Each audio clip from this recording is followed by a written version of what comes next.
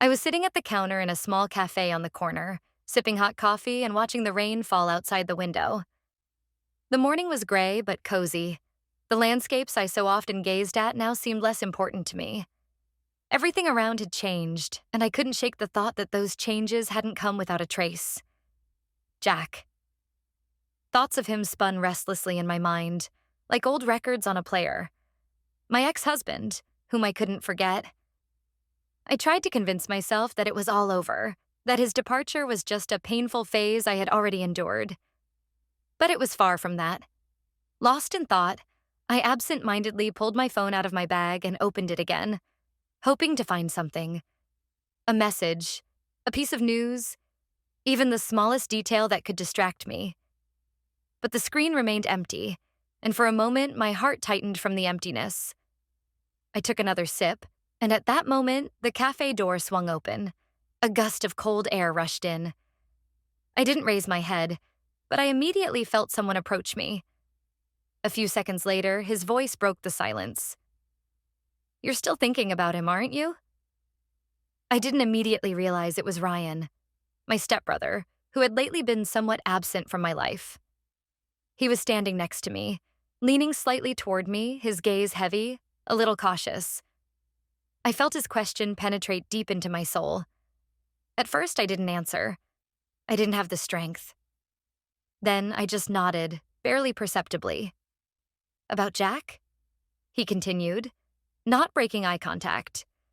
He was as straightforward and candid as always, but this time I felt there was something more behind his words. He knew this conversation wouldn't be easy. I sighed again, looking at the rim of my cup. The view of the street felt like a salvation from what was happening inside me. "Yes, about him." I barely whispered in reply. Ryan pulled out a chair and sat next to me without saying another word. I could feel his presence, almost invisible beside me, even though he was silent. It was as if we were both still searching for some way out, which we never found. "Do you really think you'll ever be able to forgive him?" he asked quietly, and I felt uneasy. I looked at him, into his dark eyes, and suddenly it seemed to me that I saw not only questions there, but also an answer, and that answer was not about forgiveness at all. Forgiveness? I couldn't continue. It was hard to admit that I no longer knew what I truly wanted. I was sitting in the car, watching the landscapes pass by outside the window, gradually changing from urban streets to more peaceful rural ones. Inside, it was quiet, except for the sound of the engine and my own thoughts, which kept pursuing me despite all my efforts to distract myself. Ryan drove in silence, just like me. We both understood that neither of us was ready to talk about what had happened. That strange day when he suggested we go together without asking unnecessary questions seemed to me like an escape from reality, an attempt to find a place where we could simply freeze and not think. Perhaps Ryan himself needed this, to step away from his own problems for a while. Or maybe he just wanted to help me. But I wasn't sure that everything he was doing was the right thing. It wasn't clear what exactly he was trying to heal, or how he intended to do it. We both remained in that silence, as though words between us didn't exist. And yet, this trip seemed to offer us a chance to escape everything that was pulling us back to the questions we were afraid to ask each other. I couldn't call it a vacation, although Ryan kept insisting that it was. He didn't say it directly, but in his words I felt a hidden confidence that I wouldn't remain the same, that everything would change. Maybe at some point sitting in that car, I felt that perhaps he was right. We both could forget everything, even if just for a while. We weren't a family in the usual sense, but at some point it stopped mattering. We were together, and that was enough. When we finally arrived in the small town, the fog began to settle on the ground, as if hiding everything from our eyes. Ryan stopped the car by an old motel on the outskirts of the town, which looked abandoned and forgotten by time. I looked at him, at his face, which showed no sign of doubt. He seemed to know that this place was perfect for disappearing for a while, for retreating into the shadows. Silently, we entered the hotel. I felt myself being drawn inside, as if I were part of this mosaic that didn't require any explanations. We entered the small motel lobby, and I immediately felt the strange atmosphere of the place. Everything here was old, from the faded carpets to the chipped walls. The dim light from the lamps barely illuminated the space, creating the impression that time had stopped in this motel long ago. The air smelled of dust and something long forgotten. It seemed as though even the walls here didn't want to remember that things had once been different. At the reception desk stood a girl, her gaze indifferent, her expression tired. Barely glancing at us, she handed over the keys without saying a word. Ryan took them, and we headed toward the elevator. I didn't know what to think. Everything here looked as if this motel had once been part of someone's life, but now it had forgotten its purpose. Ryan was silent, as always. He was in his usual calm manner, without unnecessary words or explanations. We ascended to the second floor, and I noticed how everything around became even stranger. The hallway was empty, and the door to our room was almost invisible, hidden behind a worn carpet. As we entered the room, I immediately realized that this place was far from ideal for rest. A few old chairs were placed by the window, and the bed had a couple of plain pillows tossed on it, as if someone had recently rushed out in a hurry. But something about this place unsettled me. Something wasn't right, and I couldn't understand why Ryan had chosen it. I know this place isn't the best, he said quietly, closing the door behind him. But it will be peaceful here. That's the most important thing. I looked at him, but his face remained calm, almost indifferent. I couldn't understand why he chose this place, but I decided that maybe it was just a way to hide from reality. Perhaps here it was possible to forget everything, at least for a while. I sat on the edge of the bed and for a while just stared out the window, through which the light of the setting sun barely filtered through. In the reflection of the glass, I saw my own shadow, as if watching myself from the outside. The silence still rang in my head, but this time it didn't seem so frightening. There was something soothing about it, like an old familiar sound that I used to be able to ignore long ago. Ryan approached and sat beside me. We both remained silent, but the silence no longer felt oppressive. It didn't carry the threatening feeling I usually experienced when thinking about Jack. At that moment, it seemed as if Ryan and I were just existing. We weren't waiting for miracles or searching for solutions. We were simply here and now, in this abandoned place where no one could find us. It didn't matter what would happen next. What mattered was this moment. The morning began with a quiet knock on the door. At first, I didn't immediately understand what it was. The sleep was still faintly tangible, and I opened my eyes, confused, looking around the room, which still felt foreign. The room was cold, and the light filtering through the blinds barely pushed back the darkness of the night. I turned to Ryan, but he was no longer there. He had gone somewhere, as if he knew I needed time to be alone. A few more seconds, and then the knock again, more insistent. I got up and, slightly bewildered, headed for the door. When I opened it, I froze in place, rooted to the spot. Jack was standing in front of me. What are you doing here?" I stammered, unable to hide my confusion.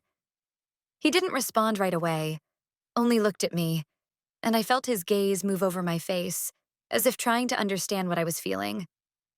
For a moment, it seemed to me that he had simply forgotten how to start a conversation. But he collected himself and said, "I came to talk to you. Ryan said you'd be here." I couldn't tear my gaze away from his eyes. There were too many unsaid words between us. Too much pain. He didn't come just like that. He came to say what he apparently hadn't been able to say before. I took a step back, allowing him to enter, but the whole situation was so strange that I felt as though I were in a nightmare. We weren't together. We hadn't been together for a long time. Why had he come back? And why was I allowing him to re-enter my life when I knew nothing could change? When he entered the room and sat down as if it were just an ordinary thing to do, I stood by the window, trying to collect my thoughts. His words offered no relief. He started talking about our breakup, about how sorry he was that everything turned out the way it did. I understand everything. I know I hurt you," he said quietly, and there was a kind of tiredness in his voice that I hadn't noticed before. I was sure it was the right choice back then, but now I can't forgive myself for leaving like I did, without any explanation. You deserve better. I couldn't listen to him. I couldn't even believe those words. It was hard for me to understand what was happening and why his apologies were coming after so much time. I tried to hide all my emotions, but the internal pain was unbearable. You think that's enough? I said, not turning to face him. You couldn't even stay to talk when it was needed. You left, leaving me alone with my fears. You didn't say a word. And now, you want to talk because it's hard for you? I felt my words burn, but I couldn't stop myself. I had been silent for too long.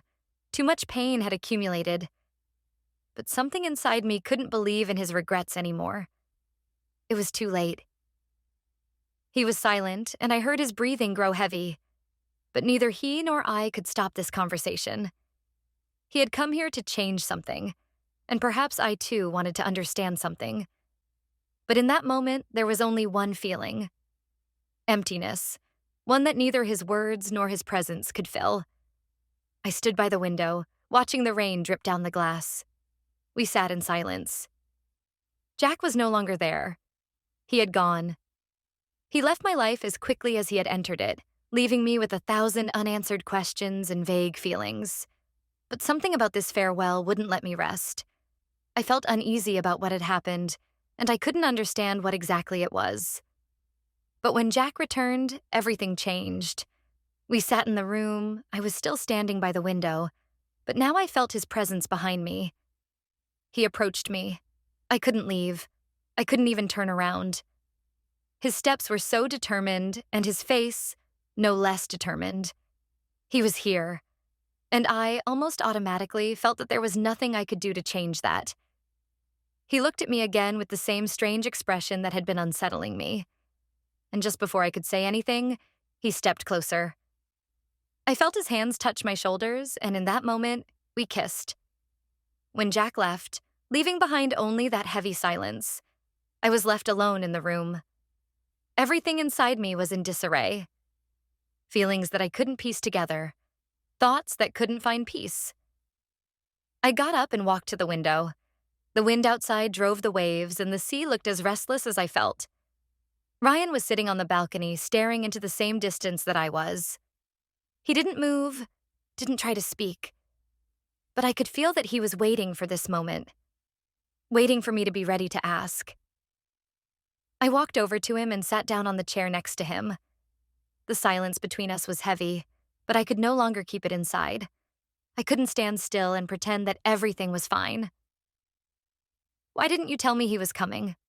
I asked, trying to control my voice. But even I knew that my words didn't sound the way I had intended them to. I didn't know what to expect. Didn't know how he would react.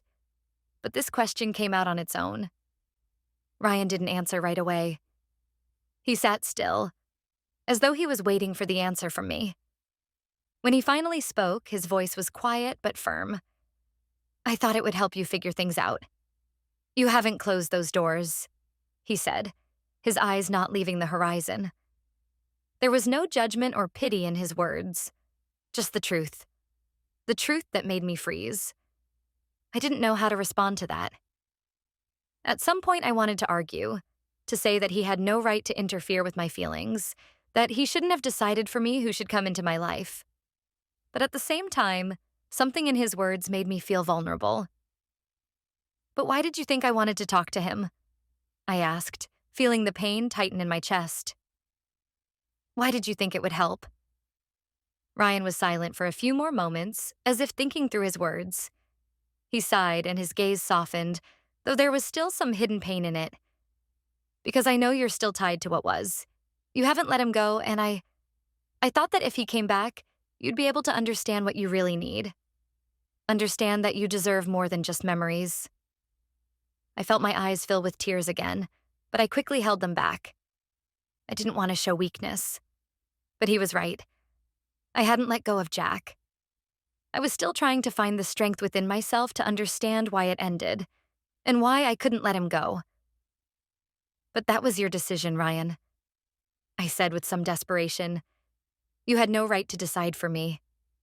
You couldn't know what I needed. You couldn't know what would be better for me. Ryan looked at me, and there was so much regret in his gaze.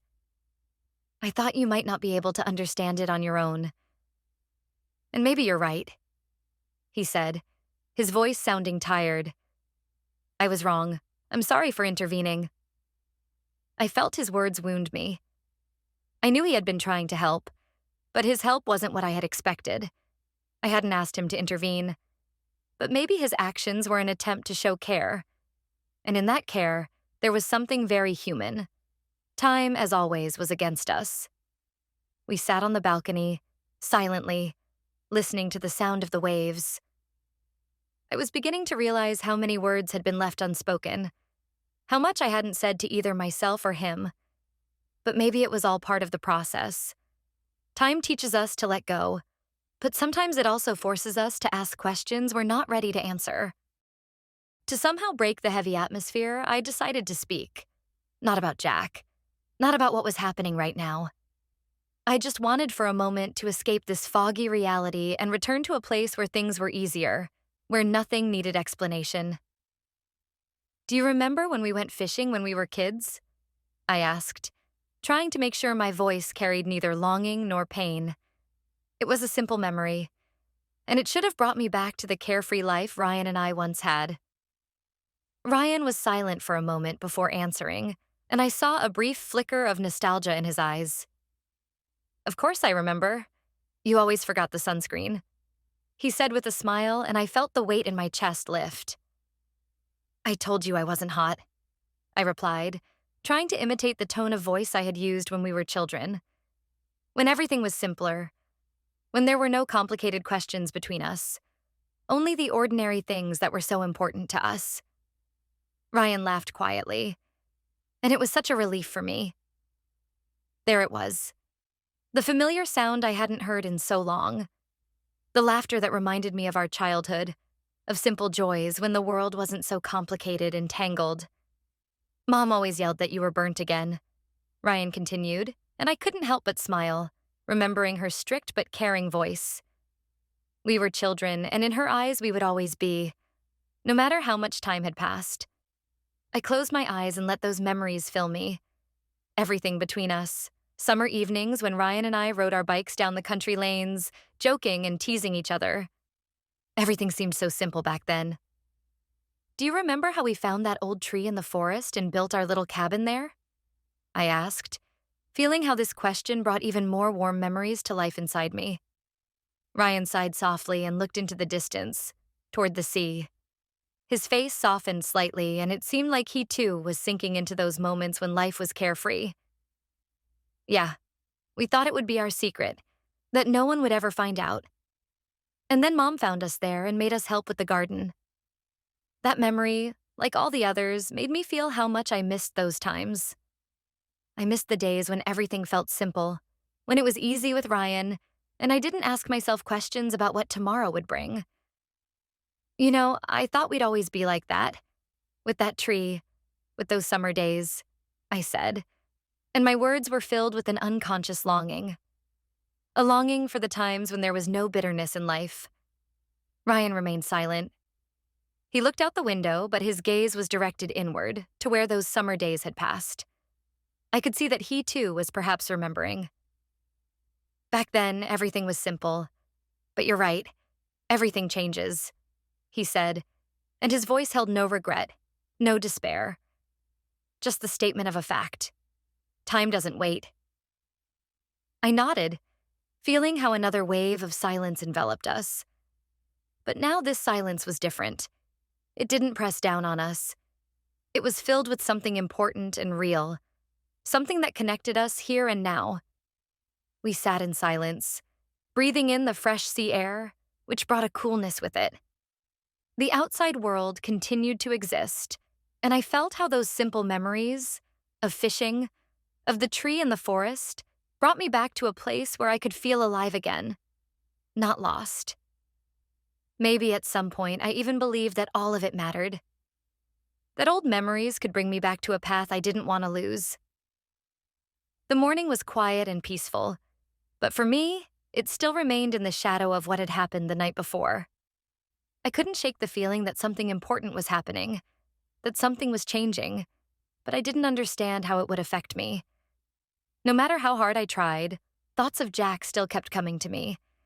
I wanted to close that chapter, leave it all behind, but something inside me wouldn't let go. Ryan suggested we take a walk along the sea. I didn't object. I didn't want to stay in the room where every corner reminded me of what had happened. I followed him, not asking questions. We walked in silence with only the wind playing with my hair, and the sea, it seemed, trying to speak to me. Everything felt like it was in slow motion. I saw how the sky and the water merged on the horizon, and I understood that somewhere in this world there was still balance. But not here. Not in my life. Ryan walked a little ahead, and his shadow stretched along the sand, as if he were part of the world I was trying to understand. I felt that I needed to be alone. I wasn't ready to talk, not ready to reopen what had just been experienced. Suddenly, Ryan stopped and turned to face me. His gaze was serious, as if he was making a decision inside himself. "I need to tell you something." His voice was quiet but firm. This wasn't just a statement. It was a moment when something I had been expecting could finally happen. I looked at him. Something in his expression made my heart race. I felt the anxiety rise within me. "What?" I asked, even though inside I already had a growing sense of what he was about to say. Ryan was silent for a few moments, as though not knowing where to start. I could feel how his words were gathering in his mind. "I invited Jack here. I knew you hadn't closed that door yet. I thought maybe it would help you understand what you need. I didn't want you to keep tormenting yourself." The words he spoke seemed to have burst out of me. I couldn't understand how they had entered my mind, giving me no room to maneuver. It was so unexpected, so strange. "Are you crazy?" I felt rage and confusion overwhelm me. "You invited him here without my consent? You interfered in my life without asking me what I wanted. How could you do this?" Ryan didn't back down. He stood in front of me, not looking away, even though I saw his face pale from my reaction. "I thought it would help you figure things out." His words were calm but persistent. "I thought you were still searching for the answer to that question you can't ask yourself. And I was ready to help you." I was stunned. It was so unexpected that I felt as if the world around me had simply disappeared. I couldn't believe that Ryan, my brother, could do something like this. Did he think he knew what I needed? Did he think he could decide for me how I should live? "Why did you think that?" I asked, and my voice carried weariness, as if I had already lived through every emotion possible. Ryan was silent for a while, then he quietly responded, "Because I saw how you suffered, and I thought that if you talked to him, you could let go of the past. I didn't want you to stay in that turmoil." His words were full of care, but they couldn't justify what he had done. He had no right to make those decisions for me. I felt everything inside me start to crumble. What I thought was salvation turned out to be just another knot I had to untangle. Too much interference, too many decisions made by others, and I couldn't live like that anymore. "This isn't your business," I said, and my words sounded like a verdict. "You can't decide for me. I have to figure out what to do on my own." I turned and walked along the shore, leaving Ryan behind. Everything around me stayed the same: the sea, the sky, the wind. But inside me, everything was different. I knew that something ahead awaited me that wouldn't let me rest. But I also knew that I had to sort it out on my own. Only I could. That evening, I couldn't hold myself back. Everything that had been happening, everything I was feeling, was boiling inside me, demanding to be let out. I couldn't stay in this silence, couldn't allow myself to remain quiet while everything inside me was turning upside down. I walked to Ryan's door with determination, as if with each step, a force that had long wanted to burst free was accumulating inside me. When I entered the room, he was sitting by the window, looking at the sea as if nothing had happened. His calmness felt completely alien to me, and it made me even angrier. I stood for a few seconds, watching him, trying to calm myself, but I couldn't. My heart was pounding. My thoughts were a mess. "How could you do this?" I said, and in my voice there was not only anger but also a deep wound he had just inflicted. "You really thought this would help me? You invited Jack here without my permission. Why did you decide for me?" Ryan didn't turn right away. He just sat there, as if giving me time to spill out everything that had built up. I could feel his internal struggle, his confusion, but it didn't help. I couldn't stop. "I thought it would be better for you." His voice was quiet but firm. He didn't look away from the window. "I wanted to help you figure out what you're feeling. You haven't let him go, you're still tied to him. I thought that if he came, you'd realize you don't need to live in the past. You don't have the right to decide for me." I was barely holding back tears and they began to slip through. "You don't know what I need. You can't just make me do what you want, even if you think it's the right thing." Ryan got up and walked toward me. His eyes, which were usually always calm, were now filled with some kind of exhaustion. I saw him realize that his actions hadn't brought about the result he had expected. I was wrong. His words were quiet but sincere. "I thought I knew what was best, but I shouldn't have interfered in your life. I just wanted to help, but now I see that it was wrong." His apology didn't bring relief. It couldn't change what had already been done. I felt how heavy it became in my chest, how the fog enveloped me, not letting me breathe. I didn't know what to do, how to move on, how to cope with the fact that Ryan had interfered with my feelings. He probably thought things would turn out differently, but nothing had changed. I couldn't forgive him right away. Couldn't understand how he could do something like this. "You shouldn't have interfered, Ryan. You don't know how it was. You don't know what I went through," I whispered, holding back the tremble in my voice. "You don't know what it's like to love and lose." "I know," he said quietly, and there was bitterness in his voice. "I know it's hard, and I didn't expect it to lead to this." Before I left, I turned around. "You were right about one thing, Ryan," I said, holding back the tears. "You were wrong, but you wanted to help me. And maybe that's the most important thing. Everything else we'll figure out later." I closed the door behind me, leaving Ryan alone. But I didn't know if I would ever be able to forgive him for interfering in my life.